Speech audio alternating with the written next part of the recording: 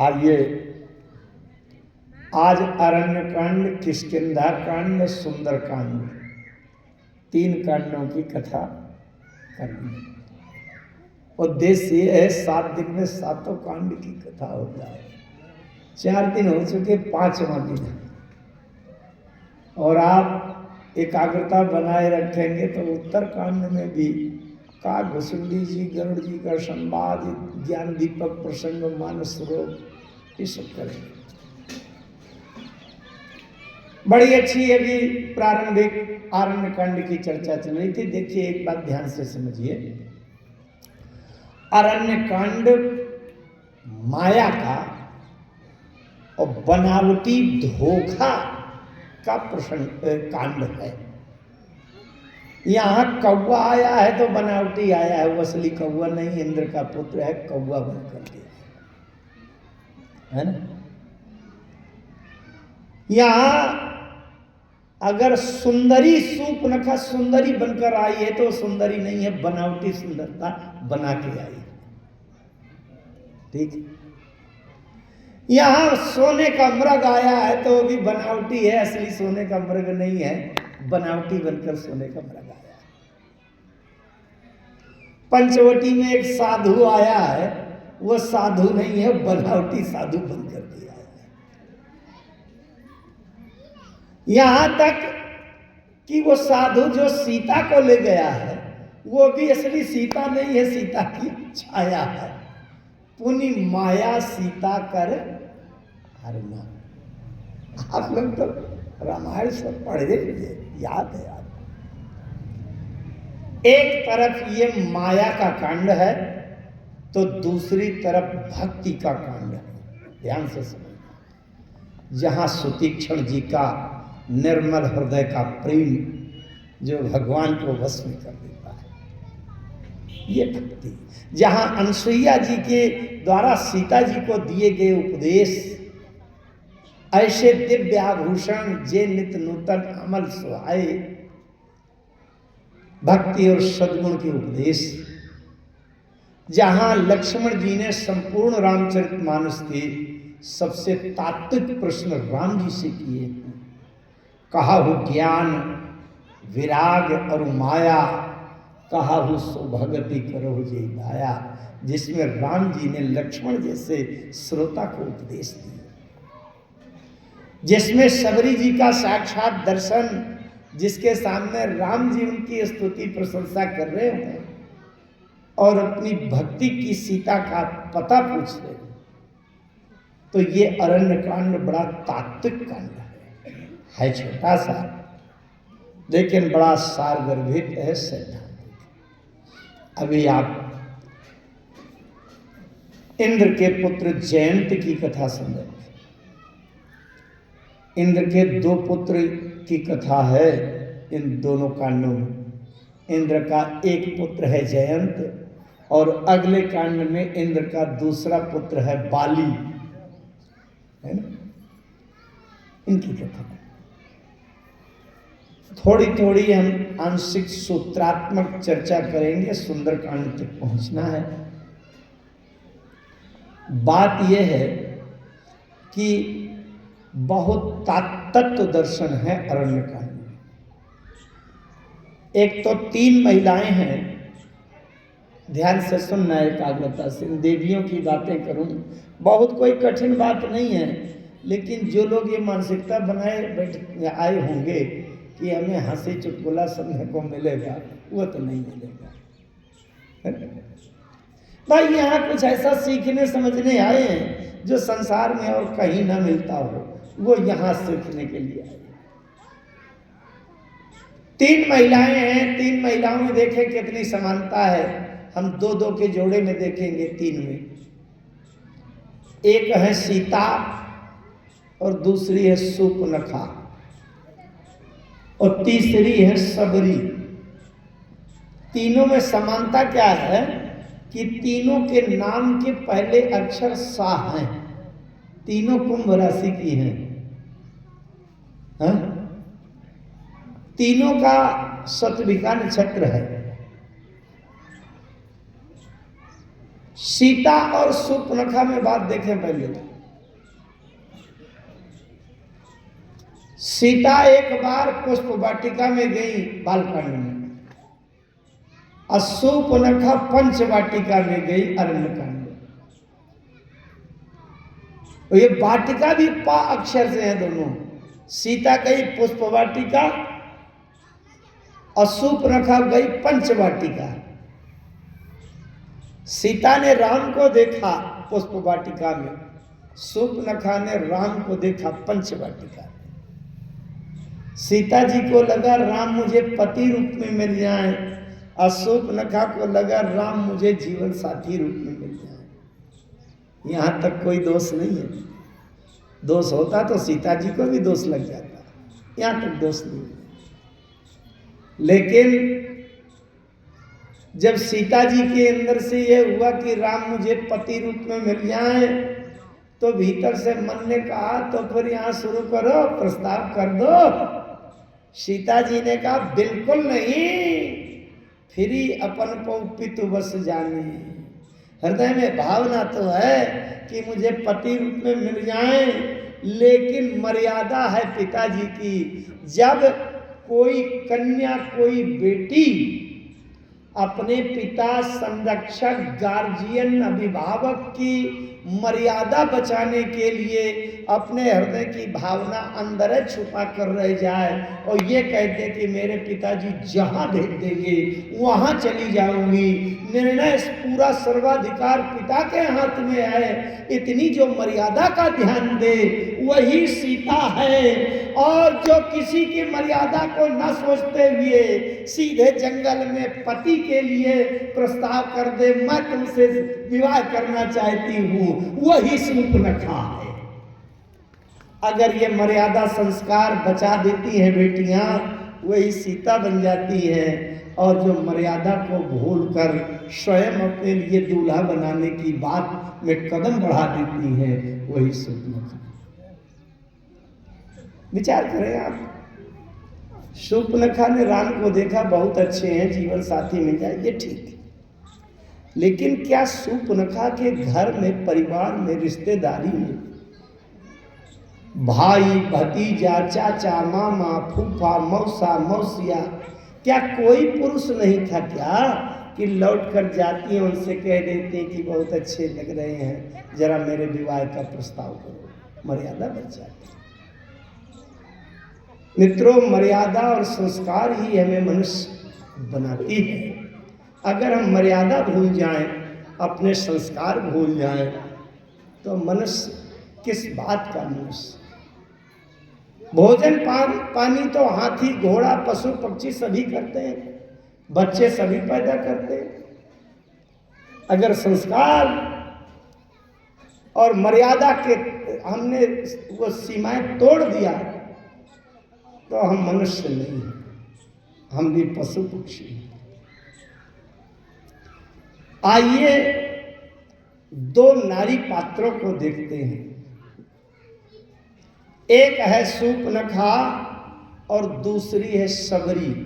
सीता जी की बात तो तुलनात्मक समझ लिया। सबरी और शूर्पणखा, इन दोनों के नाम भी सा अक्षर से हैं, ध्यान दीजिएगा। एक है जो बाहर से सुंदर है, कौन? शूर्पणखा। और एक है सबरी जी, जो बाहर से तो 10,000 से भी ज्यादा उम्र की आयु की बूढ़ी हैं, जिनकी खाल सिकुड़ गई है, बाल सफेद हो गए हैं, आंखों में दिखाई नहीं देता, मुंह के दांत गायब हो गए हैं, बाहर से बिल्कुल सुंदर नहीं। लेकिन अब ये शूर्पणखा बाहर से सुंदर बनकर के आई है और राम जी से प्रस्ताव कर रही है कि मेरे साथ विवाह स्वीकार करो। अच्छा, आपके घर में आपके पुत्र के लिए कोई विवाह का प्रस्ताव लेकर के आवे, कन्या का पिता, अब आप उससे पूछो कि आपकी बिटिया कैसी है, और पिता बतावे कि देखने में बाहर से तो बहुत सुंदर है, पर हृदय की बड़ी दुष्ट है, कर्कशा है। अगर आपको पता चल जाए तो आप विवाह करेंगे? अरे बाहर की सुंदरता को चाटेंगे अपनी। सूपनखा के लिए गोस्वामी जी ने स्पष्ट लिख दिया, सूपनखा रावण के बहिनी, दुष्ट हृदय। हृदय कैसा?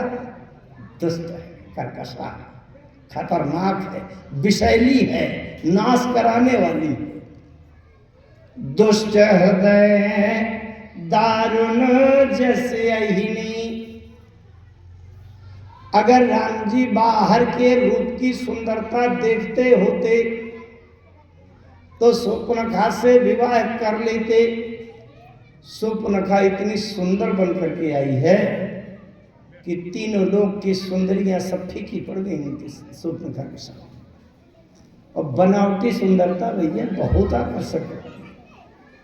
मैं तो यहां तक कहा करता हूं कि सूपनखा बनावटी सुंदरता बना करके गई थी और राम जी के साथ विवाह नहीं हो पाया।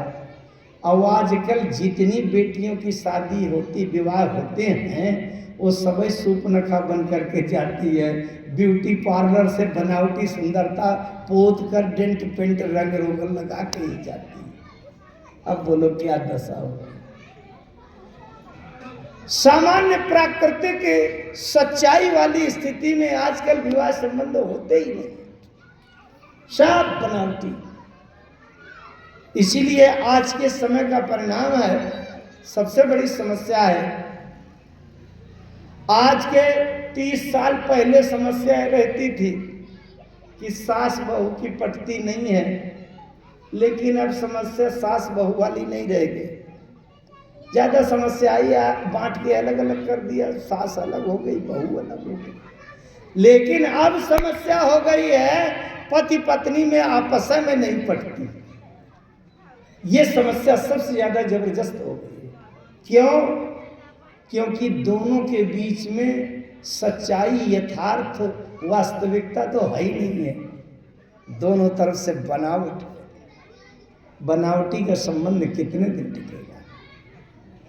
मैं यहां भी ज्यादा व्याख्या में समय नहीं लगाऊंगा, लेकिन सूपनखा के लिए शब्द आया, गोस्वामी जी ने लिखा, रुचिर रूपधारी। रूपधारी, रुचिर माने सुंदर रूप ऊपर से धर लिया। प्रभु पहि जाई, बोली बचन बहुत मुस्काई।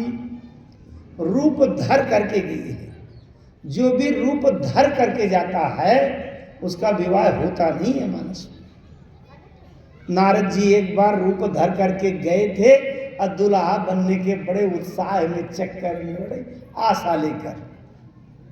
और कितना अच्छा रूप धरा था कि साक्षात श्री हरि नारायण विष्णु से ही रूप मांग दिया था, आपन रूप देहु प्रभु मोहि। पर उनका विवाह हुआ क्या?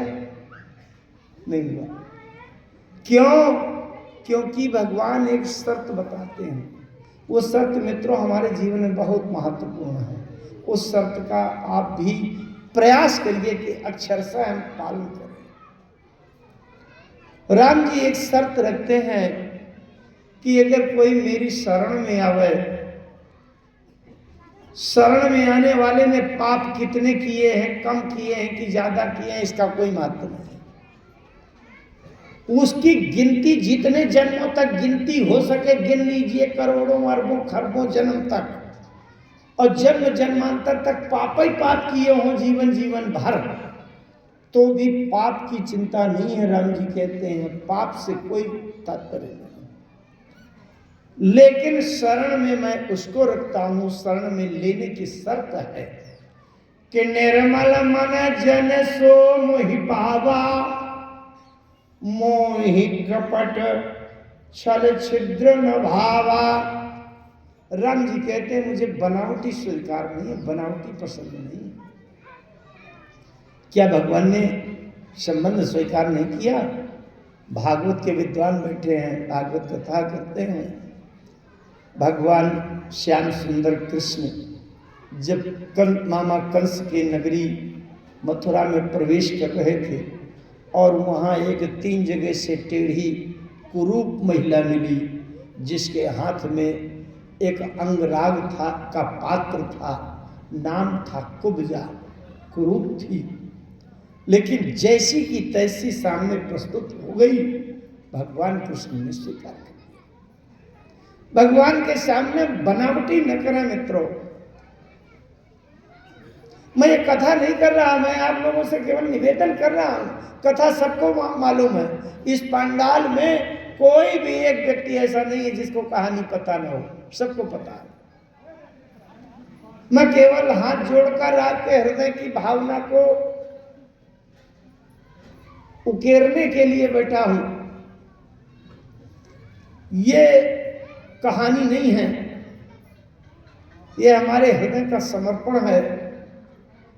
संसार से कोई अपना काम बनाने के लिए भले ही बनावटी कर लो, लेकिन मित्रों, राम जी जो हमारे हृदय के भीतर बैठे हुए हैं, हम बातों से बनावटी राम जी से कहेंगे तो क्या राम जी सुनेंगे हमारी बात?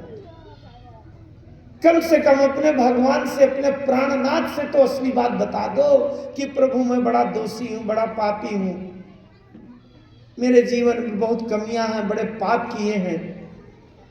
अरे इससे अच्छा अवसर नहीं मिलेगा मित्रों। मनुष्य बन गए हैं, इसके बाद हम कुत्ता बिल्ली बनेंगे तो बस सड़े हुए ढोर की आंतें खींचते चबाते मिलेंगे, भौं भौं करते, और कुछ हाथ नहीं लगेगा। इस जन्म में अगर चूक गए, ऐसा अवसर दोबारा मिलेगा नहीं, कभी नहीं, कदापि नहीं, कभी नहीं। शूर्पणखा की तरह बनावटी बनकर के हम भगवान के सामने दिखावटी प्रदर्शन मत करो। कलयुग है, इस युग में ढोंग, प्रदर्शन, झूठ, धोखा, मिलावट, बनावट, इसकी भरमार है। मैं कहता हूं संसार भरा हो, लेकिन अगर मैं जान गया हूं कि मेरा आत्म कल्याण केवल राम जी से होना है, तो मुझे संसार के बनावटी से क्या मतलब। मुझे अगर अपना आत्म कल्याण करना है तो मैं अपने राम जी को अपनी छाती की हृदय का सच्चा भाव परोस दूं और राम जी से हाथ जोड़कर समर्पण कर दूं, प्रभु दीनानाथ आपके अतिरिक्त कोई नहीं। अब इसमें क्या कठिन लगता है? कहानी सुनने के लिए नहीं बैठे। मैं मानता हूं और समझता हूं, और मेरी मान्यता झूठ नहीं है। प्रत्येक व्यक्ति आप में से कहानी सभी जानते हैं कि शूर्पणखा की नाक कान कटेगी और वो रावण के पास जाएगी और वो सोने का मृग लेके आएगा और सीता को उठाएगा और बाद में लंका का सर्वनाश होगा। ये पूरी कहानी सबको पता है। इस कथा के माध्यम से हम अपने हृदय की सच्ची भावना राम जी के चरणों में परोस दें। केवल इसके लिए मैं हृदय के वो बंद भावों के बंद किवाड़ खोलने का प्रयास कर रहा हूं। बाकी राम जी की कृपा से मानस के एक एक शब्द, एक एक अक्षर पर प्रभु कृपा करते हैं। गीता, वेदांत, व्याख्यान, भागवत की कथा करता हूं। जब करता हूं तो भागवत के श्लोकों के आधार पर मार्मिक व्याख्या निकलती है, वो राम जी जाने कैसे निकलती है। शूर्पणखा आई और राम जी से कहती है, तुम सम पुरुष है नमो समनारी, यह संयोग विधि रचो विचारी। शूर्पणखा को यह पता नहीं है कि राम जी विधि के रचना के नहीं है। सोचो आप, जिसको शब्द का ज्ञान है, सिद्धांत का ज्ञान है। एक है ज्ञानी महाराज जनक, वो कह रहे थे पावन हार बिरंच जनु रचो न धन दमनीय हैं, और कह रहे थे तजहुआस निज निज ग्रह जाहू, लिखा न विधि वैदे ही विवाहू। अय शूर्पणखा कह रही है, तुम सम पुरुष नमो समनारी, और यह संजोग विधि रचो विचारी। समझ रहे हैं? जबकि राम जी विधि के बनाए नहीं हैं। चित्रकूट के क्षेत्र से वहां एक देखने वाले अनुभवी कह रहे थे, एक कहीं ये सहज सुहाए, ये तो आप प्रगट भय विधि ना बनाए। राम जी ब्रह्मा की रचना के भीतर है क्या? ना, ये क्या है? ये माया है। राम जी ने तुरंत सीता की ओर देखा। सीता ही चितई कही प्रभु बाता। अब देखो आप, सूर्पनखा इधर से बढ़िया सज धज कर आई है। अच्छा, देवियां यहाँ की हमारी माताएं, बहू, बेटियां, देवियां बड़ी सुसंस्कारित हैं, बहुत मर्यादा में रहती हैं, कितना दिव्य पवित्र भाव। लेकिन सूर्पनखा जैसी जो ज्यादा डेकोरेशन, मेकअप, श्रृंगार करके तड़क भड़क का श्रृंगार करती है, वो काहे के लिए करती है? केवल इसके लिए करते हैं कि सब कोई मुझे देखे, सब कोई मेरी सुंदरता देखे। और बड़ी आशा लेकर के राम जी के पास गई सूर्पनखा कि राम जी मेरी सुंदरता, मेकअप, श्रृंगार को देख ले। और राम जी एको बार नहीं देखते हैं। राम जी सीता ही चितई कही प्रभु बाता। सीता जी की ओर सूर्पनखा इधर से आई है सुंदर बन करके, और सीता, राम जी सीता जी को इधर देख रहे हैं। अब बात बता रहे हैं। सूर्पनखा ने कहा, महोदय इधर तो देखो जरा मेरी सुंदरता। राम जी क्या बताना चाहते हैं मित्रों, सावधानी से समझना। संसार की कोई दूसरी स्त्री अगर ज्यादा श्रृंगार करके चटक मटक बन करके आवे तो राम जी कहते हैं तुम केवल अपनी पत्नी की ओर देखना, तभी तुम्हारा चरित्र सुरक्षित बचेगा।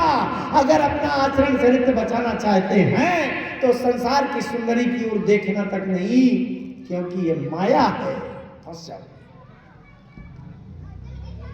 केवल अपनी पत्नी की ओर देखो। और राम जी इसलिए भी देख रहे हैं, देवी तुम अपने को सुंदर इसलिए माने हो क्योंकि तुमने इस देवी को नहीं देखा। अगर सीता को देख लोगी तो तुम्हें अपनी सुंदरता का जो भान है, मद है, अहम है, वो सब चूर चूर हो जाएगा, क्योंकि सीता के बराबर सुंदर कोई नहीं है। बालकांड में बात आई है कि सीता जगे से जुवती कहाँ कमनिया, अजोपट तरों तीय समसिया। तीसरी बात है, कुछ लोग तो तात्विक बात समझने के लिए तैयार हैं। तीसरी बात यह है, सूर्पनखा राम से नाता जोड़ना चाहती है। और राम जी मानो सीता जी की ओर देख रहे हैं। सीता क्या है? भक्ति है। राम जी भक्ति की ओर देख रहे हैं।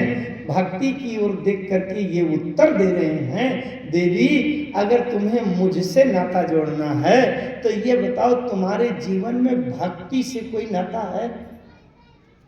ये सीता भक्ति है। अगर तुम्हारे जीवन में भक्ति का कोई भी लक्षण हो तो मुझसे नाता जुड़ जाएगा। अगर तुम्हारे जीवन में भक्ति नहीं है तो मुझसे नाता नहीं जुड़ पाएगा। ये सीता भक्ति है, सीते ही सीता की। सूर्पनखा दावा कर रही थी, ममैन रूप पुरुष जगमाही और देखियो खोजी लोक त्यू नाही। तीनों लोकों में मेरे समान सुंदर कोई नहीं है। राम जी फिर अपनी सीता को देख रहे हैं। भैया पहले तो वहां बालकांड में जनकपुर में सभी लोग कह रहे थे कि सीता के समान तीनों लोकों में कोई नहीं है। अब ये दूसरी आ गई दावा करती हुई कि मेरे समान सुंदर तीनों लोकों में कोई नहीं है। तो ये बताओ दो में असली कौन है? मैं अच्छे से सीता को देख लूं, कहीं नकली तो नहीं है सीता, है इसलिए कि नहीं, इसलिए सीता ही चितई कही प्रभु बाता। राम जी ने भेज दिया लक्ष्मण के पास। आई कुमार मोर लग भ्राता, लक्ष्मण जी क्या? थोड़ा सा तात्विक सिद्धांत समझें आप। राम जी ज्ञान तत्व हैं। अगर अपने जीवन में आप ज्ञान लाना चाहते हैं, परमात्मा से संबंध जोड़ना चाहते हैं, तो या तो आपके हृदय में भक्ति हो जाए, सीता का कोई भाव आ जाए, सीता से संबंध जुड़ जाए, तो परमात्मा आपका हो जाएगा। अथवा लक्ष्मण क्या है? वैराग्य है। आपने अयोध्या कांड में वो दुआ पढ़ा होगा, सानुज सीय समेत प्रभु राजत परन कुटीर, भगत ज्ञान वैराग्य जन सोहत धरे शरीर। लक्ष्मण वैराग्य है। एक बहुत पक्की बात बताऊं मैं, बहुत पक्की। कथा की कोई ये वो नहीं, आकर्षण ताली पिटवाने की बात नहीं। जिसको सच्ची सौदा लेना हो वो बात समझे। कथा हम क्यों सुनते हैं भगवान की?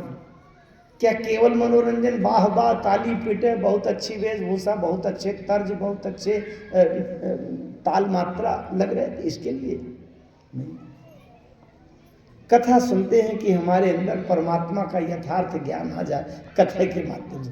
इस युग में कथा के अलावा दूसरा कोई साधन नहीं, केवल एकमात्र कथा ही नौका है। भाव सागर चाहे पार जो पावा, राम कथा ताका दृढ़। एक राम कथा की नौका है और उसमें भी चुटकुला का छेद कर दिया है। उसमें भी रूप रंग प्रदर्शन बनावटी के ढोंग के तमाम 10-20 छेद हैं। अब बताइए किस भरोसे से भवसागर पार होंगे? क्या हमको बैठकर भवसागर पार नहीं करना?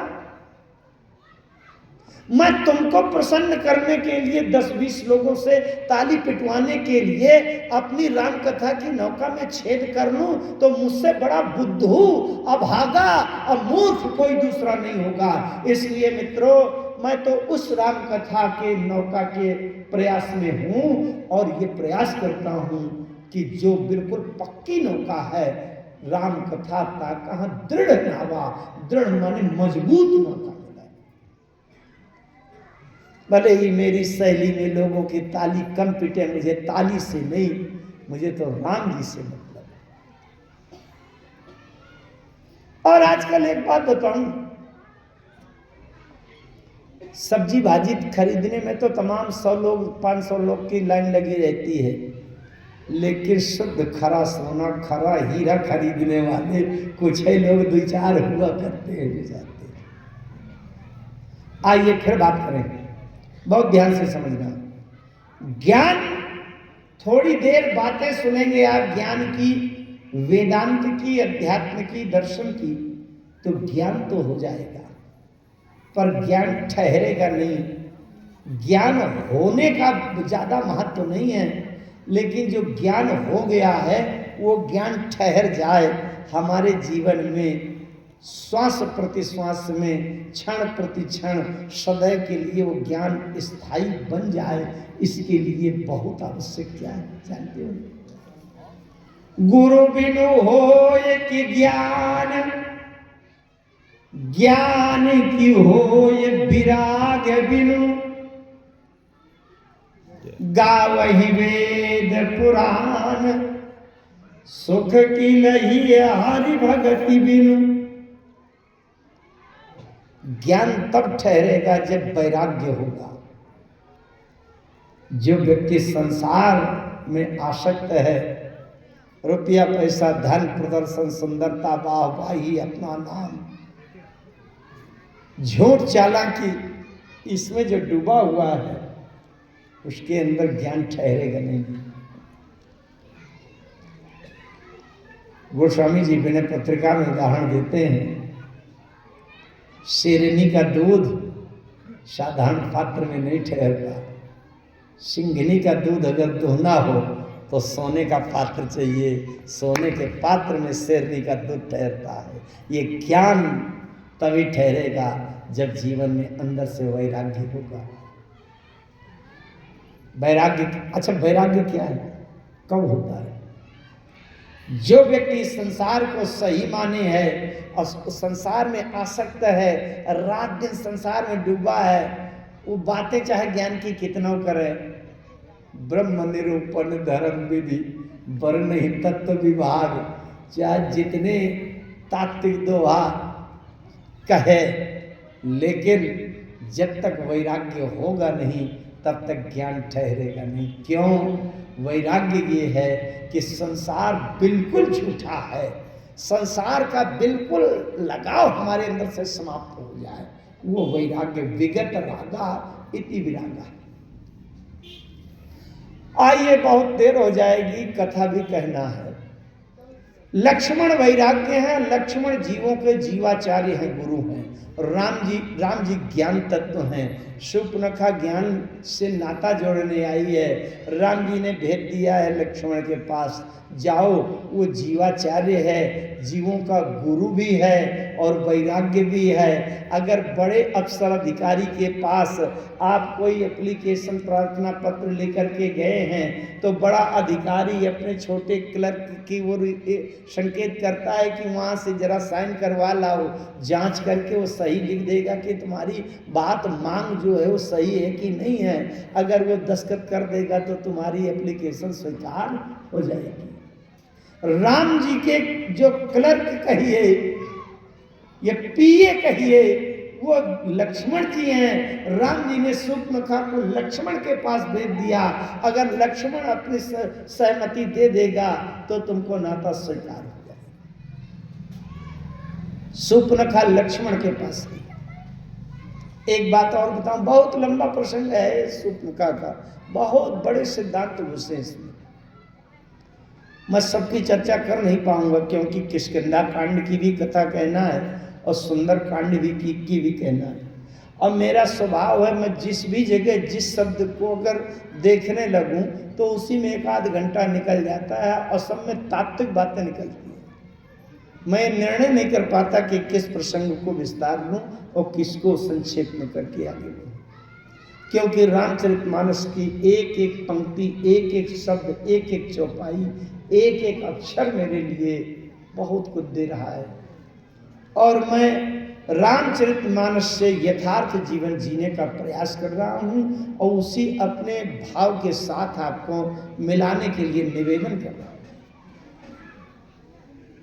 हाँ, बात ये चल रही थी, शूर्पणखा ने अभी क्या कहा था, अरे मैं अनुरूप पुरुष जग माही, देखूं खोज लोक तिहु नाही, ताते अब लगी रही कुमारी, अब मन माना कछु तुम ही निहारी। शूर्पणखा ने सोचा कि अगर राम को ये कह दूंगी कि तुम मेरे पूरे पूरे मेरे बराबरी के हो तो विवाह तो हो ही जाएगा, लेकिन ऐसा ना हो कि राम के भाव बढ़ जाए। तो भैया जो जीवन साथी बन है उसके भाव न बढ़ने पाऊँ, उसको अपने नीचे दबा के रखूं। इसलिए शूर्पणखा ने कहा, सुनो राम, तुम मेरे बराबरी के पूरे पूरे टक्कर के नहीं हो, लेकिन मन माना कछु तुम ही नहीं हारी। थोड़ा सा मन मान गया है कि चलो काम चला लूंगी, जब तीनों लोगों में कोई मिलता ही नहीं है तो काम चलाओ तो है हो कम से कम। इसका मतलब अगर मैं 100 रुपया हूं तो तुम 25 पैसा के बराबर हो, इतने काम चलाऊ हो, ताकि राम के भाव न बढ़ जाए कि कल को अपना शान दिखाने लगे। और राम जी ने क्या सोचा, वो शूर्पणखा कौन है जरा देखिएगा। हम ज्यादा ना हंसें शूर्पणखा पर, क्योंकि शूर्पणखा के लक्षण हमारे अंदर भी हैं। आपके अंदर हो चाहे ना हो, लेकिन मैं देखता हूं क्या हम भी बहुत कुछ बनावटी करके राम जी से संबंध जोड़ना चाहते हैं। शूर्पणखा कहती है, मन माना कछु, तुमसे थोड़ी से मन माना है। इसका मतलब 1 रुपया में 25 पैसा राम से मनमाना है और 75 पैसा काम से मनमाना है। दाम से मन लगा है, धाम में मन लगा है। समझ रहे? राम जी ने कहा, अभी कछु मन माना है तो कछु का क्या ठिकाना, कि माना हुआ मन फिर बदल जाए, फिर न माने। इसलिए अभी जाओ, जब पूरा का पूरा मन मान जाए तब चली आना, मुझसे संबंध जुड़ जाए। हम लोग भी राम जी से कछु मन माना है। क्यों? अपने खाने के लिए अच्छी वाली सुपारी लाते हैं और पूजा में चढ़ाने के लिए सड़ी सुपारी छोटी सी लाते हैं, तो कछु मन तो माना है कि नहीं? अपने पहनने के लिए 2000 रुपया मीटर का बढ़िया रेशमी थान कटवाते हैं, अब पूजा के लिए 25 रुपया मीटर का वो झेन्ना वाला कपड़ा लाते हैं। एक बात और बताऊं, आजकल दुकानों में जाओ और कह दो पूजा के लिए घी दे दो, तो 140 रुपया किलो घी मिल जाता है। अब खाने वाला घी 800 रुपया किलो, 1000 रुपया किलो मिलता है। अब बताओ, कछु मन तो माना है, और नहीं तो जब हम अपने लिए 1000 रुपया किलो का घी ला सकते हैं, तो पूजा के लिए 3000 रुपया किलो का घी सौंपे राम जी को, तब पूरा का पूरा मन माना कि नहीं? ये हमारी चालाकी है कि नहीं? सड़ी सुपारी दे करके हम भंडार भरना चाहते हैं मोक्ष का। ये राम जी से मन मानने का लक्षण नहीं है मित्रों, है ना? हम भी सूर्पनखा हैं, दिखावटी सामान दिखा के और जरा सी 2 पैसे की अगरबत्ती घुमा के त्रिलोकी लूटना चाहते हैं। फिर से ध्यान से सुने आप, मुझे जल्दी जल्दी भागना पड़ेगा, समय तो अपनी गति से चल ही रहा। वाह,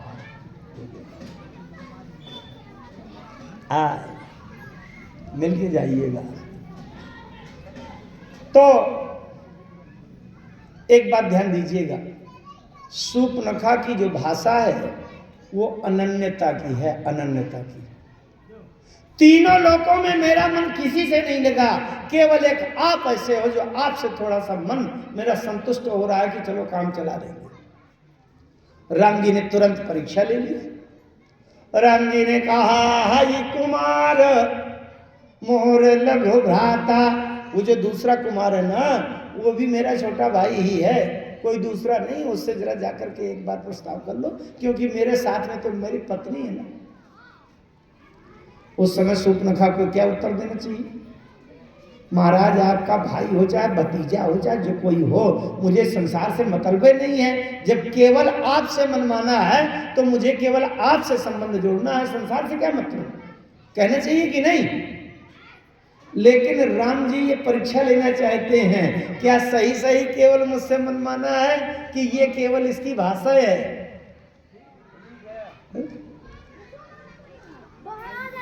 तो राम जी ने कहा, जरा देख लो, मेरा छोटा भाई है। सूर्पनखा लक्ष्मण जी के पास चली गई लक्ष्मण रिपु भगनी जानी, प्रभु बिलो की बोले मृदुबानी। जब सूर्पनखा लक्ष्मण के पास गई तो लक्ष्मण जी प्रभु की तरफ देख करके बोले। सूर्पनखा ने कहा, अरे महोदय, इतना सुंदर श्रृंगार करके आई हूं, कम से कम एक नजर देख तो लो। और जो कोई श्रृंगार सुंदरता बना के जाता है वो इसीलिए जाता है कि कोई देखे तो कम से कम। कितना बढ़िया रंग रोगन टेंट पेंट ये लगा के आई, देख तो लो। लक्ष्मण जी कहते हैं, देवी बड़े परिश्रम से तुमने श्रृंगार किया है, मैं इसीलिए नहीं देख रहा कि जितनी देर तक नहीं देखता उतनी देर तक तो सुंदरी बनी रहो, क्योंकि जैसे मैं देखूंगा तुम्हारी सुंदरता सब गायब हो जाएगी, नाक कट जाएगी। क्योंकि लक्ष्मण वैराग्य हैं, इनको ये बनावटी बाहर के रूप की सुंदरता से कोई लगाव नहीं है। लक्ष्मण जी प्रभु बिलो की बोले मृदुबानी, राम जी की ओर देखा लक्ष्मण जी ने, मानो ये लक्ष्मण जी संकेत कर रहे हैं, सुंदरी ये बताओ कि उन सरकार से तुम्हारा कोई संबंध है कि नहीं? क्योंकि इतने बड़े 3 लोक 14 भुवन सृष्टि में, ब्रह्मांड में, लक्ष्मण जी कहते हैं मेरा इस संसार में किसी से कोई रिश्ता नहीं है, किसी से भी। एक बात बताओ, बड़ी सावधानी से सुनना, कहीं उल्टा प्रभाव न पड़ जाए। राम जी क्या करते थे कि प्रातः काल उठ कर रघुनाथा और माता पिता गुरु ना महिमा था, माता पिता गुरु को प्रणाम किया करते थे, लेकिन लक्ष्मण प्रणाम नहीं करते थे। अब लक्ष्मण प्रणाम नहीं करते थे। एक दिन राम जी ने लक्ष्मण से कहा, लक्ष्मण तुम भी प्रणाम किया करो भैया। लक्ष्मण जी ने कहा किसको? अरे बोले माता पिता गुरु को प्रणाम किया करो। लक्ष्मण जी ने कहा, गुरु पितो मातु न जानो काहू, मैं इस पूरी सृष्टि में मैं जानते नहीं हूं कि कोई गुरु पिता माता होता है। बोले फिर किसको जानते हो? बोले मोरे सबई एक तुम स्वामी, दीन बंधुर अंतर्जामी। एक बड़ी मार्मिक बात बताऊं, यद्यपि है वो पीछे के प्रसंग की। जिन चारों भाइयों का जनकपुर में विवाह हो रहा था, राम जी का हो गया, भरत जी का हो गया, शत्रुघ्न जी को श्रुति कीर्ति मिल गई। इसके बाद लक्ष्मण जी के पास गए प्रस्ताव लेकर। लक्ष्मण जी से कहा गया, लक्ष्मण कुमार आपका भी संबंध जोड़ा जा रहा है, नाता जोड़ा जा रहा है। लक्ष्मण जी ने कहा किससे? मेरा नाता किससे? बताने वाले ने कितनी सावधानी किया। उर्मिला जी से जब संबंध जोड़ने की बात आई, उर्मिला जी जनक जी की बेटी हैं, सुनैना की पुत्री हैं, लेकिन बताने वाले ने ये नहीं बताया कि जनक की पुत्री से आपका संबंध जोड़ा जा रहा है या सुनैना की बेटी से गांठ जोड़ी जा रही है, ये नहीं बताया। अगर ये बता देते तो लक्ष्मण जी मना कर देते, बिल्कुल नहीं। बताने वाले ने कितनी सावधानी किया, ध्यान दीजिएगा मानस की शैली में। लक्ष्मण जी से जब कहा गया कि आपका संबंध जोड़ा जा रहा है, लक्ष्मण जी ने कहा किससे? बोले जानकी लघु भागिनी सकल, सुंदरी शिरोमणि जानिके। जानकी माने सीता, सीता की छोटी बहन से आपका संबंध जोड़ा जा रहा है, गांठ जोड़ी जा रही है। लक्ष्मण जी ने विचार किया, क्योंकि लक्ष्मण जी के जीवन का केवल एक निर्णय है कि पूजनीय प्रिय परम जहाँ ते, और सब मानिए ही राम के नाते। केवल राम के अलावा और किसी से रिश्ता नहीं है लक्ष्मण जी का। नाता है तो राम जी से, नाता है तो राम जी से, चाहे वो शत्रु का हो चाहे मित्र का हो। अगर आप राम जी के मित्र हैं तो लक्ष्मण जी कहते हैं मेरा 100 गुना मित्र है, लेकिन अगर कोई राम का दुश्मन हो तो लक्ष्मण जी कहते हैं मेरा 1000 गुना दुश्मन है, शत्रु है। बताने वाले ने बताया, जानकी लघु भगनी सकल सुंदर शिरोमणि जानिक है, सो तने दीन ही ब्याही लखनी सकल विधि सन्मानिक है। तो क्यों? जानकी माने सीता, सीता की बहन। लक्ष्मण जी ने सुना तो समझ गया, अच्छा सीता, सीता, सीता की बहन, इसका मतलब सीता से उसका नाता है। और सीता माने राम, क्योंकि गिरा अरथ जल बीच सम, कहियत भिन्न न भिन्न, बंदौ सीता राम पर जिन्हें परम प्रिय। जो राम है वही सीता है, जो सीता है वही राम है। और जब सीता से उसका संबंध है, इसका मतलब राम से नाता है। अब जब राम से नाता है तो मुझे नाता स्वीकार है। ये लक्ष्मण के जीवन का लक्ष्मण जी ने राम जी की तरफ देख करके कहा, सुंदरी सुन मैं उनकर दासा, तुम पति ढूंढने नहीं आई हो। पति माने स्वामी। तुम बनावटी सुंदरी हो, बनावटी बात बोलती हो, सबसे यही कहती हो कि तीनों लोकों में एक तुमसे ही मेरी मन की संतुष्टि हो रही है। ऐसे भी राम जी से कह रही थी और यही भाषा मुझसे बोलने लगी। इसका मतलब तुमसे किसी से मन नहीं लगा, तुम सबसे ऐसे ही बोला करती हो, इसलिए तुम पति नहीं तुम दास ढूंढना चाहती हो। और ये शरीर ये जीवन राम का दास बन गया है, अब काम का दास नहीं बनेगा, इसलिए तुम तो जाओ। ये बात अंत में नाक कान कट गई। बहुत इसमें भी तथ्य निर्णय है, लेकिन समय ज़्यादा विस्तार करने का नहीं है, कथा 3 कांडों की कहना है। तो इसकी नाक कान कट गई। आगे जब सीता जी का हरण हो गया, बनावटी सोने का मृग बना करके मारीच को ले आया रावण, सीता को ले गया। सीता को ले गया, एक प्रसंग बड़ा बढ़िया आता है मार्ग में। राम जी ने एकांत समय पाकर और सीता जी से एक सलाह किया, और राम जी ने कहा कि कुछ दिन तुम पावक महु करहु निवासा, अजौ लगी करो निशाचर नासा। वैसे अगर तात्विक बात कहूं तो राम जी के साथ में लक्ष्मण और सीता क्यों आई है वन में? वनवास तो राम जी का हुआ था, जो दूसरे वरदान में कैकेयी जी ने मांगा था तो राम का वनवास मांगा था। तापस वेश विशेष उदासी, 14 वर्ष राम वनवासी। लक्ष्मण जी को न वनवास मिला, न सीता जी को वनवास मिला, तो राम जी इनको क्यों लिवाला है? अगर आप कहो कि इनका प्रेम बहुत ज्यादा था, तो भैया प्रेम तो पूरे अयोध्यापुर वासियों का था, सब लोग पीछे लग गए, लौट नहीं रहे। तो जैसे सबको सोता हुआ छोड़कर राम जी चले गए, ऐसे लक्ष्मण सीता को भी सोता हुआ छोड़कर भाग जाते राम जी, लेकिन इनको साथ में क्यों ले गए?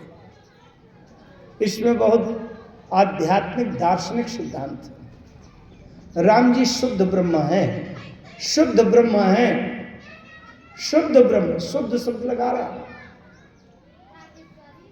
अगर शुद्ध सोना हो, अशुद्ध सोना को आप गहना बनाकर, कान की बाली बनाकर पहनना चाहें तो नहीं पहन पाएंगे, जब तक उसमें टांका वो नहीं लगाया जाएगा जोड़ने वाला, और वो सब दूसरा मिलावटी नहीं किया जाएगा, तब तक आप उसको प्रयोग में नहीं ला पाएंगे। अच्छा, एक चीज नहीं, संसार की कोई भी चीज अगर शुद्ध, उसको अलग रख दीजिए, वो किसी काम की नहीं। आपको घर मकान बनाना है तो बालू में, रेत में सीमेंट मिलाना पड़ेगा कि नहीं? शुद्ध सीमेंट भर रख दीजिए, मकान बना लीजिए, नहीं बना पाएंगे। उसमें गिट्टी मिलाना पड़ेगा, उसमें रेता मिलाना पड़ेगा, बीच में सरिया डालना पड़ेगा कि नहीं? आप शुद्ध चीनी रख दीजिए, शक्कर खा लीजिए बना। अगर उसको खीर बनाना है तो दूध में शक्कर मिलाना पड़ेगा, चावल मिलाना पड़ेगा, मेवा डालना पड़ेगा, तभी बनेगा। संसार की कोई भी चीज शुद्ध नहीं बन सकती, काम की नहीं। राम जी शुद्ध ब्रह्म है। अगर संसार के व्यवहार के काम आना चाहते हैं तो उनको 2 को लेना पड़ेगा।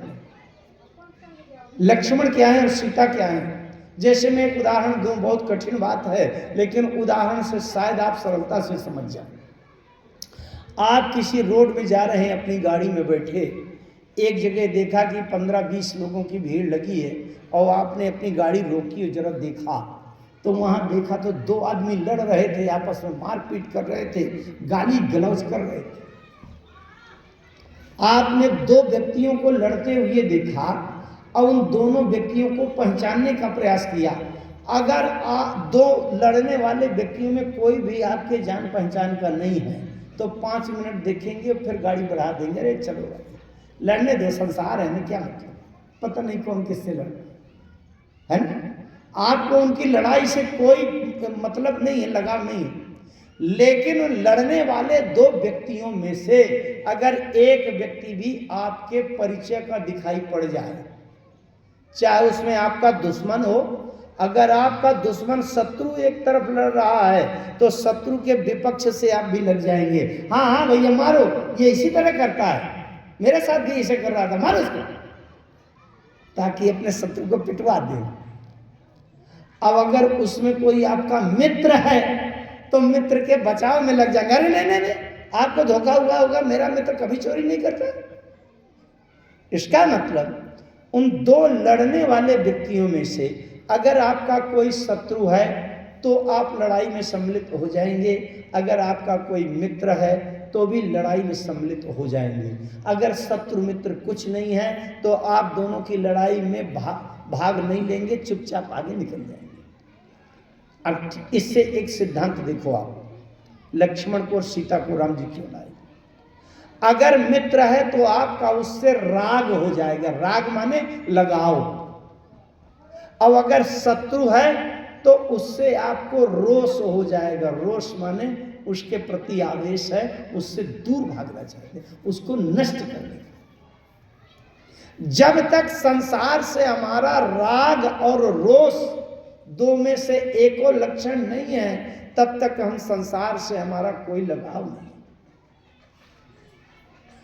राम जी शुद्ध ब्रह्म हैं, शुद्ध ब्रह्म को संसार में किसी से कोई राग रोष नहीं होता। क्यों? क्योंकि जो जैसा करेगा उसको वैसा फल मिलेगा, मुझे क्या करना है बीच में छेड़खानी करके। चौपाई आती है वेदांत के सिद्धांत बताते हुए, यद्यपि सम नहीं राग न रोसु, गाहि न पाप पूर्ण गुण दोषु। गीता का श्लोक आता है, समोहम सर्वभूतेषु न मे द्वेषोऽस्ति न प्रिया। भगवान कहते हैं कि मैं पूरे संसार से सम हूं, न मेरा किसी से राग है न द्वेष है, न कोई मेरा मित्र है न शत्रु। अपने अपने कर्म उसके मित्र बनते हैं और उसी के कर्म उसके शत्रु बनते हैं। लेकिन उसी राम को अगर हम व्यवहार में सम्मिलित करना चाहते हैं तो ब्रह्म के अंदर भी राग रोष उत्पन्न करना पड़ेगा। राग माने प्रेम, दया, कृपा, और रोष माने क्रोध, आवेश और दंड देने का भाव। सीता जी राग हैं और लक्ष्मण रोष हैं। सीता जी जब तक राम जी के पास रहेंगी तो दया कृपा करने के लिए राम जी के अंदर भाव उत्पन्न करेंगी, और लक्ष्मण है तो रोष करने के लिए राम जी को उकसाते रहेंगे। इसलिए जब तक सीता जी हैं साथ में, ध्यान दीजिएगा, जब तक सीता जी सामने हैं राम जी किसी को मार नहीं पा सकते, क्योंकि सीता कृपा है, सीता दया है, सीता भक्ति है। राम जी मार नहीं पा सकते। अब लंका के निशाचरों का संहार करना है, इसलिए राम जी सीता जी से कहते हैं, सीता थोड़े दिन के लिए तुम मेरे से दूर हो जाओ और केवल लक्ष्मण भर को साथ रहने दो, रोष रहने दो। अब यहाँ कृपा की जरूरत नहीं है, इसलिए तुम पावक महु करहु निवासा। क्यों? सीता जी ने पूछा, क्यों प्रभु? बोले, जब लगी करहु निशाचर नासा। अब आपको एक प्रसंग याद आ रहा होगा कि जब सीता जी का हरण नहीं हुआ था, खरदूषण त्रिसरा 14,000 सेनाओं को राम जी ने मारा, लेकिन जब खरदूषण त्रिसरा 14,000 सेना लेकर के राम जी के ऊपर आक्रमण करने के लिए आए तो राम जी ने लक्ष्मण जी से कहा कि लय जानकी ही जाहु गिरि कंदर, आवा निश्चर कटक भयंकर। अच्छा, 5 जो पदार्थ हैं ये जड़ होते हैं। क्या? छिट, जल, पावक, गगन, समीरा। ये 5 जो तत्व हैं ये जड़। गगन समीर अनल जल धरणी, इन कई नाथ सहज जड़ करनी। पृथ्वी भी जड़ है, जल भी जड़ है, वायु भी जड़ है और अग्नि भी जड़ है। अगर जैसे एक बिल्कुल सरल बात मैं बताऊं, किसी कारण से आपको 1 महीना के लिए अपनी पत्नी को अपने से दूर रखना है, अगर शायद कभी ऐसा कोई कारण आ जाए कि पत्नी को अपने से दूर रखना हो, तो कुछ सोचना विचारना नहीं है, पत्नी को अपने सीधे मायके भेज दो, चाहे 1 महीना बनी रहे चाहे 2 महीना बनी रहे। आपको चिंता नहीं रहेगी कि क्या खाएगी, कहाँ सोएगी, कहाँ रहेगी, है कि नहीं? तो राम जी अगर जड़ तत्व में ही सीता को प्रवेश कराना चाहते थे तो सीता का मायका तो हर जगह उपलब्ध है। मायका कहाँ? ये पृथ्वी की पुत्री है, भूमिजा है सीता। तो राम जी को कहना चाहिए कि तुम धरती महा करहु निवासा या तुम पृथ्वी महा करहु निवासा, तुम भूमि महा करहु निवासा, ये कहना चाहिए। लेकिन ये क्यों कहा कि तुम पावक मह करहु निवासा? बहुत सैद्धांतिक बात है। राम जी ने इसलिए कहा पृथ्वी में एक विशेष गुण होता है, पृथ्वी में एक लक्षण होता है क्षमा का। गोस्वामी जी ने लिखा है सहज क्षमा बरु छाड़े छोनी। छोनी माने पृथ्वी, पृथ्वी का स्वभाव है क्षमा करना। पृथ्वी में चाहे आप लात मार दो, चाहे थूक दो, चाहे गंदगी फैला दो, आग लगा दो, थूक दो, पटक दो, गड्ढा खोद दो, पृथ्वी आज तक उठ करके 3 थप्पड़ आज तक किसी को नहीं मारा कि तुम मेरे ऊपर थूक क्यों रहे? क्यों? पृथ्वी का स्वभाव है क्षमा कर देना। राम जी ने सोचा कि अगर मैं कहूंगा पृथ्वी के अंदर समा जाओ तो सीता के अंदर भी क्षमा वाला स्वभाव बना रहेगा, और अगर क्षमा करती रहेगी तो निशाचरों का नाश कैसे होगा? और अग्नि में ठीक इसका उल्टा स्वभाव होता है, अग्नि कभी क्षमा नहीं करती। आप प्यार से अग्नि को पकड़ो, धोखे से अग्नि को छू लो, गुस्सा में अग्नि को पकड़ो, वो हमेशा आपको तुरंत जला देगी। इसलिए राम जी कहते हैं सीता अब क्षमा वाला स्वभाव छोड़कर अब ज्वलन वाला स्वभाव, भस्म कर देने वाला स्वभाव में स्थित हो जाओ। तुम पावक मोह करो निवासा, जो लगी करो निशाचर। जब ही राम सब कहा बखानी, प्रभु पद ही धारी अनल समानी। अच्छा एक बात बताऊं, जब ग्राहक सच्चा आएगा तो माल सच्चा मिलेगा, और ग्राहक जब बनावटी आया है तो माल भी नकली मिलेगा। असली साधु आया होता तो असली भक्ति की सीता मिलती। असली साधु गए थे कौन? विश्वामित्र जी राम जी को लिवाकर जनकपुर गए थे, और वशिष्ठ जी फिर लेने गए थे, तो असली सीता आई थी अयोध्या। और जब रावण नकली साधु बन के गया तो नकली सीता मिली। गोस्वामी पूज्यपाद लिखते हैं पुनि माया सीता कर। अगर साधु नकली है तो सीता भी नकली ले जाओ। विनय पत्रिका में बड़ी अच्छी पंक्ति आती है, अरे मैं क्या बताऊं, गोस्वामी जी के 12 ग्रंथों की चर्चा जब कभी हृदय में भावना तो होती है, कभी कविता होली निकाल दो, कभी विनय पत्रिका, लेकिन एक पंक्ति याद आ गई। बहुत मन लगता है विनय पत्रिका की व्याख्या करने में, कविता बोली सुनाने में। एक जगह गोस्वामी जी ने लिखा है हाथी स्वान लेवा दे, हाथी स्वान लेवा दे। एक व्यापारी आया, उसने कहा भैया कोई कुत्ता दे दो, हाथी मुझसे ले लो। अरे किसी ने सुना ये तो बड़े अच्छे फायदे का सौदा है। अरे भैया कुत्ता होता है छोटा सा और हाथी होता है बड़ा विशाल। उसने कहा अच्छा कुत्ता के बदले में हाथी दे दे। बोले हाँ बिल्कुल लाओ अपना कुत्ता, मैं हाथी दे रहा हूं। और उसने लाके जैसे अपना कुत्ता दिया तो उसने कागज में फोटो का हाथी बनाया था, उसने कागज पकड़ा दिया, ये ले जाओ। ये संसार इसी तरह का है। अगर कुत्ता के बदले हाथी दे रहा है तो तुम्हारा कुत्ता भी गया, फोटो में चित्र का बना हाथी पकड़ा देगा, वो भी ले जाएगा। तो भैया हाथी स्वान लेवा दे ही है। अगर नकली साधु बन करके आया है रावण तो नकली सीता ही मिलेगी, असली गाय मिल जाएगी, भक्ति नहीं मिलेगी, विनाशकारी सीता मिलेगी। क्यों? यहां तो साधु भी नकली आया और हिरण भी सोने का बनावटी नकली आया। जब नकली मृग, नकली साधु, तो सीता असली कहां से मिल जाएगी? भैया ये कहानी दूसरे की नहीं मित्रों, मैं बार बार स्मरण दिलाता हूं, ये कहानी अपने अपने हृदय से देखो।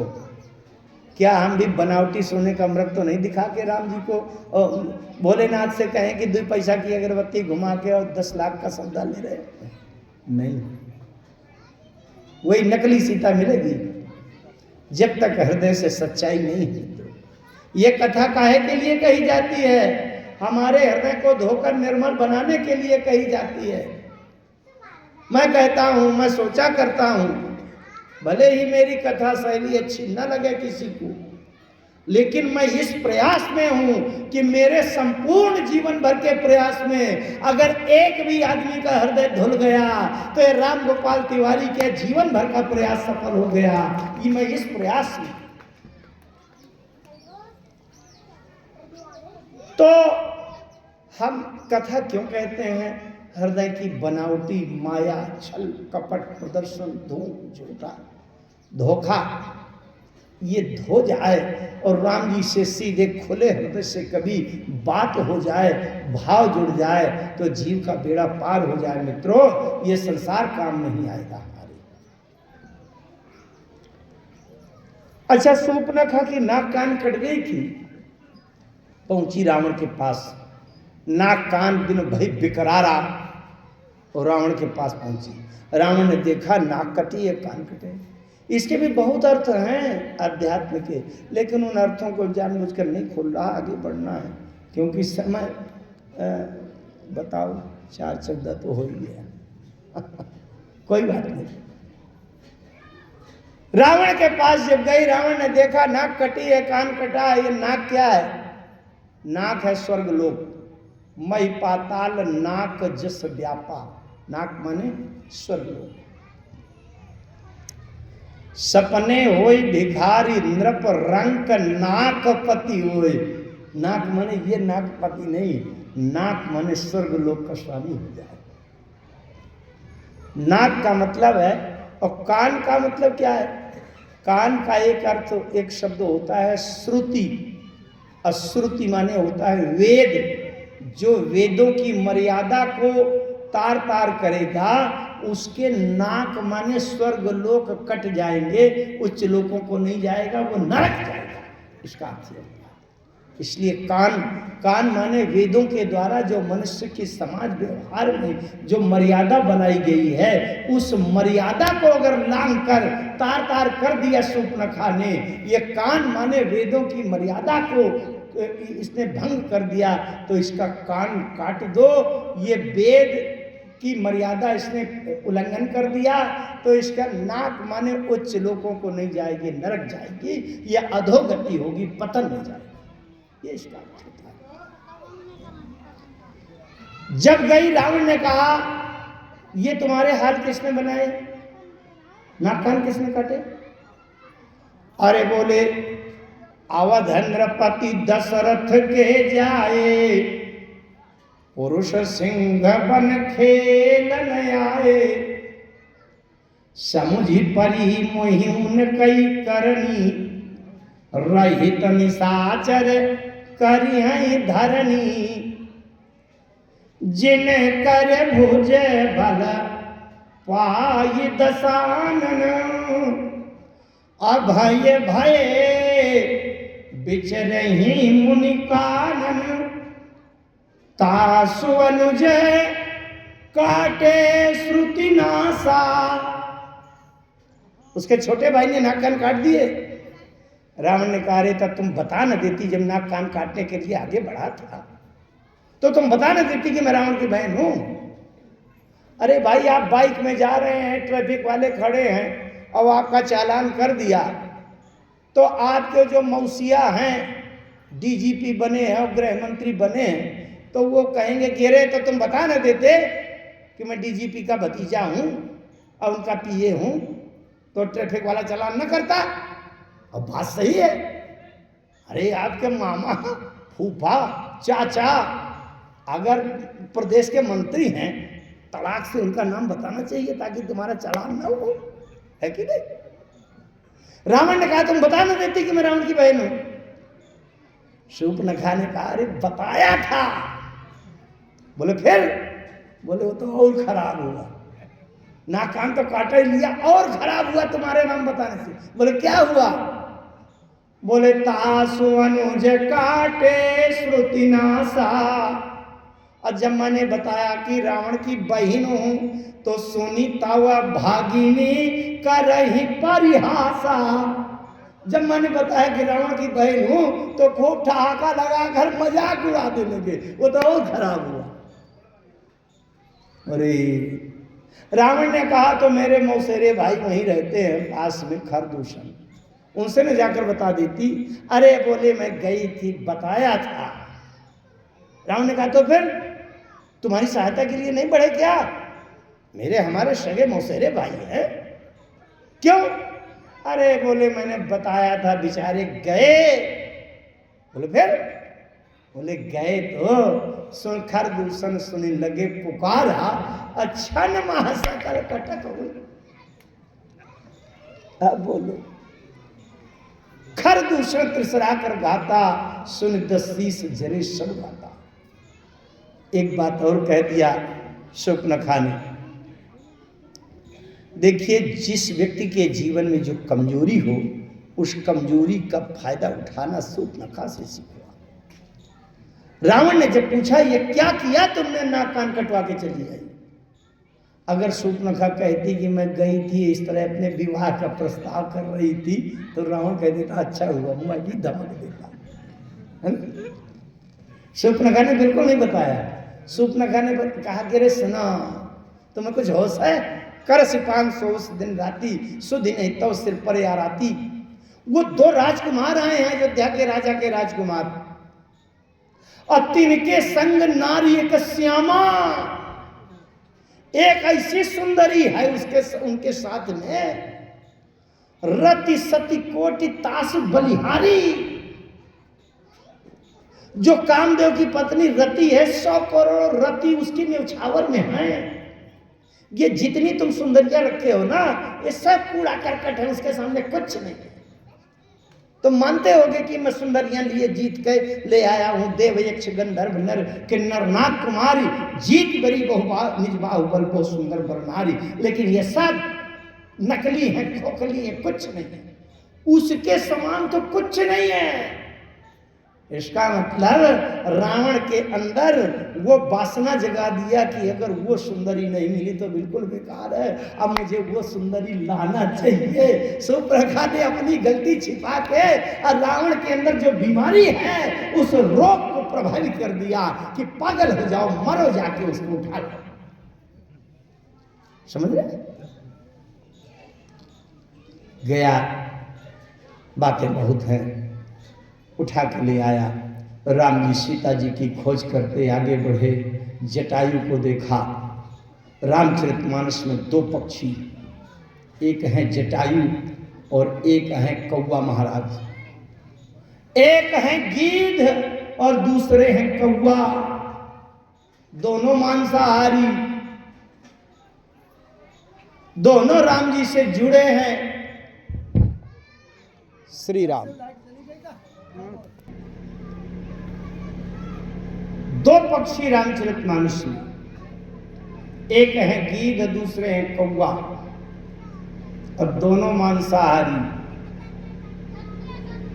राम जी ने जब घायल लहू लुहान लथपथ रक्त रंजित जटायु को देखा जो सीता जी के बचाने के प्रयास में इस दशा को प्राप्त हुए थे, उन्होंने संदेशा दिया। राम जी के आंखों में आंसू भरी आए, जिसने मेरे लिए प्राण दे दिए हैं, मेरा भी कर्तव्य है कि उसका जीवन लौटा दूं। राम जी ने जटायु से कहा अचल करो तन राखो ताता, मुख मुस्काए कही तेरी बात। राम जी ने जटायु से कहा मैं बताओ तुम्हारा शरीर अचल कर दूं, जीवन दे दूं, लेकिन जटायु अब जीना नहीं चाहते, जीवन रखना नहीं चाहते।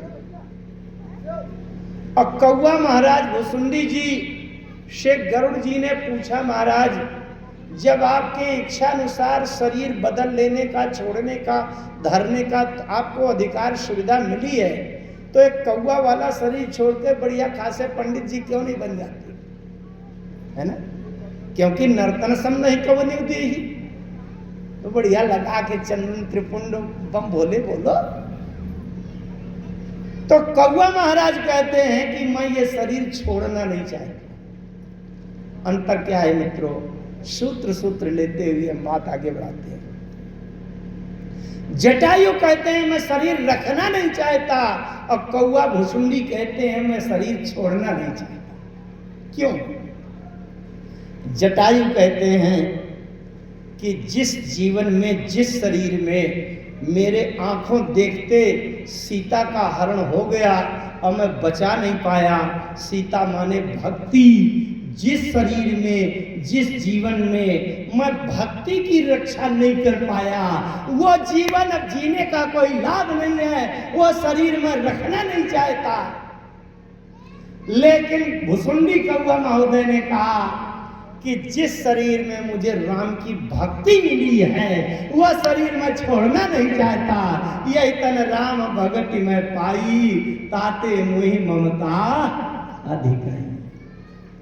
शरीर के रूप से मतलब नहीं है, इस जीव को भक्ति जहां से मिल जाए, सबसे सुंदर वही शरीर है। तो इस प्रकार से राम जी खोज में आगे बढ़े, शबरी मैया के पास गए। शबरी बाहर से तो बूढ़ी है, बाहर से शरीर की सुंदरता तो नहीं है, लेकिन शबरी जी के हृदय की पवित्र भावना की निर्मलता है, पूर्ण समर्पण है। राम जी ने शबरी मैया का प्रेम देखकर 9 प्रकार की नवधा भक्ति का उपदेश देते हुए और सारी भक्ति के गुणों को शबरी मैया ने मानो बता दिए, और भक्ति सीता का पता पूछा राम जी ने। जनक सुता कही सुधी भामिनी, जानहि कहू करी भर दामिनी। शबरी जी ने कहा, पंपा सरहि जाहु रघुराई, अतः होई सुग्रीव मिताई। आगे चले, नारद जी बीच में मिल गए। नारद जी ने भी बड़ा अच्छा प्रश्न किया, तब विवाह मैं चाहूं कि ना, प्रभु के कारण करें नदी नहा। लेकिन आगे बढ़ते हैं, हम इस चर्चा को भी पार करते हुए अब राम जी आगे चले। बहु रघुराया किष्किंधा कांड में चले, ऋषिमुख पर्वत में आया। ऊपर टीले पर सुग्रीव जी रहते हैं, तारा सचिव सहित सुग्रीवा और मंत्री के रूप में हनुमान जी। सुग्रीव जी ने हनुमान जी को सावधान किया, सावधान चौकन्ना हो जाओ, देखो 2 बलिष्ठ कुमार कोई आ रहे हैं, जल्दी जाकर के देखो, और धरि बट रूप देखो ते जाई, कह जान जी शैल बुझाई, पठे बाली वही मन मैला, भागो तुरंत जम हर्ष। हनुमान जी जाते हैं, विप्र रूप धरि। विप्र क्या है? वेद पाठी भवेद विप्रा। सोचिए, विप्र जो वेद विहीना, जिसको वेदों के एक एक सूक्ति, एक एक सूत्र, एक एक मंत्र, एक एक ऋचा के वेदांत का ज्ञान हो, वो विप्र। अच्छा, हनुमान जी ने जाकर के किसी युक्ति से परिचय पूछा। उस युक्ति को भी मैं यहाँ खोल नहीं पाऊंगा, आगे एक मार्मिक चर्चा है, थोड़ी सी लेता हूँ। परिचय हो गया, राम जी को पहचान गए हनुमान जी। प्रभु पहचानी प्रयोग गही चरना, कैसे पहचान गए इसकी चर्चा फिर कभी, जब कभी संयोग आएगा तब होगी। लेकिन हनुमान जी ने एक प्रस्ताव किया, आइए बड़ी मार्मिक चर्चा है, थोड़ी सी आप सुने। हनुमान जी अपने रूप में निकल आए, बानर बन गए, और हनुमान जी ने कहा, नाथ शैल पर कपिपति राही, सो सुग्रीव दास तव आई। ते सननाथ मयत्री की जय, दीन जानिते ही भय करी जय। सो सीता कर खोज कराई, जहाँ तहाँ मरकट कोटि पठाई। हनुमान जी ने राम जी से प्रस्ताव किया, सरकार